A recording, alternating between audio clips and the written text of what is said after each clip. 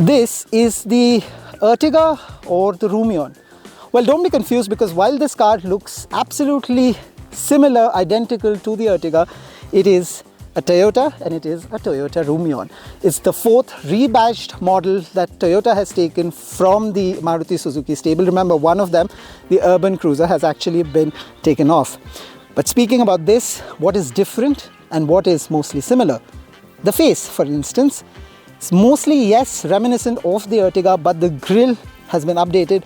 The lower half has been tweaked slightly. So in terms of the face, it is slightly different. Of course, if you're still not convinced, then the Toyota logo here will convince you that this is a Rumion. On the side, the alloy design actually is different and gets the Toyota logo as well.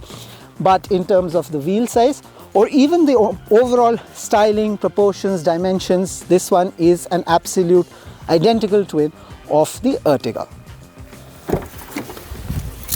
On the inside, the differences between the Rumion and Ertiga actually are even lesser, if any at all. Same steering wheel with the mounted controls, flat bottomed, the same semi-digital driver display here, the same screen and screen interface.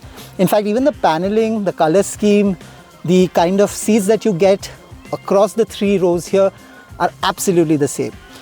But that also means that Rumion benefits from Ertiga's inherent strength points, which is that it's a very practical car. It's a very spacious car as well. And that's for all three rows of seating. Multiple air conditioning vents, fair amount of charging points here for the front passenger as well as the passenger in the middle. You get a nice airy cabin with large windows. No sunroof, of course, but then this car isn't flashy in terms of features either. What you require basically and essentially, the Ertiga gives, and now the Rumion also provides.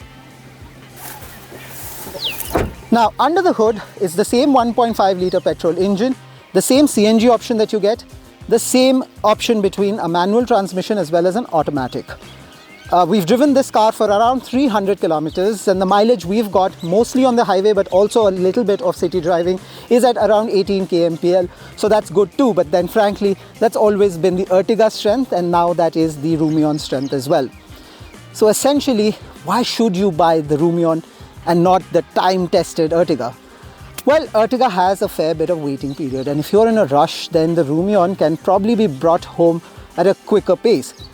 But there is the added aspect of a more premium price point, variant by variant, if you compare the Rumion, which is more expensive, vis-a-vis the Ertiga. So what you do get is an extended year of warranty from Toyota. And frankly, if Toyota badge, the logo, evokes a certain sense of reliability, confidence, then, well, you can't really go wrong with the Rumion. What will you choose between the Ertiga or the Rumion, or will you go a segment above or below? Let us know. For now, that's all we have in this episode, and that's all we have from the Rumion.